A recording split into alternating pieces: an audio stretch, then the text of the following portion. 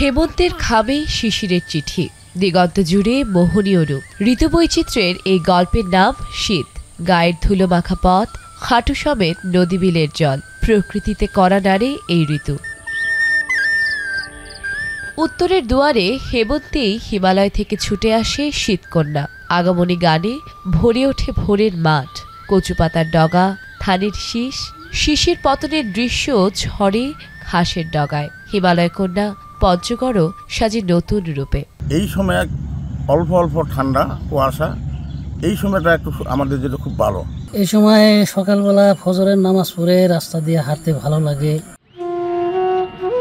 দিনের কড়া রোদ থামে গোধূলিতে, তাপমাত্রার পারদ নেমে আসে উত্তরের হাওয়ায়। ভোরে কখনো হালকা, কখনো ভারী কুয়াশা ঢেকে দেয় পথঘাট। সামনে যে শীত আসতেছে এতে আমাদের খুব কষ্ট হয়। বর্তমান কুয়াশা একটু হালকা, ঠান্ডা অত করে না, অত কষ্ট নাই। আমাদের কি গাড়ি নিবেন ভাই, না হলে কি খাবো। শীত বরণে প্রস্তুতিও চলে জোর কদমে। লেপ, তোশক ও গরম কাপড়ের দোকানে বেড়েছে চাপ। খুব ভালোই চলতেছে আমাদের লেপ তোশকের ব্যবসা আর কি, বর্তমান খুব ভালোই চলতেছে। বর্তমানে আপনার রাত সকাল 10টা থেকে রাত 12টা 1টা 2টা পর্যন্ত কাজ করি, তারপরও কাজ শেষ হয় না আমাদের। এই শীত এলেই পঞ্চগড় হয়ে ওঠে রূপের রানী। হালকা শীতে প্রকৃতি প্রেমীদের কাছে দারুণ উপভোগের। নগরের কোলাহল ছেড়ে উত্তরে দল বেঁধে ছুটছেন সৌন্দর্যপ্রিয় মানুষ। শীত এলেই আড়মোড়া ভেঙে জেগে ওঠে জেলার পর্যটন শিল্প। চাঙ্গা হয় অর্থনীতি, আবাসিক হোটেলে বাড়ে চাপ, দাবি উঠেছে পর্যটন এলাকা ঘোষণার। বগুড়া থেকে আসছি এখানে পঞ্চগড়ে, গত 2 দিন আগে আসছিলাম। তেঁতুলিয়া গিয়েছিলাম, দার্জিলিং আপনার হচ্ছে কাঞ্চনজঙ্ঘা দেখার জন্য।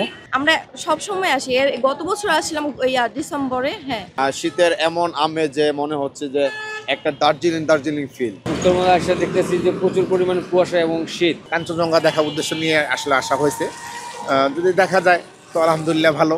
জেলার সমতলের চা বাগান, বাংলাবান্ধা 0 পয়েন্ট সহ দর্শনীয় স্থানগুলো জমে ওঠে মানুষের আনাগোনায়।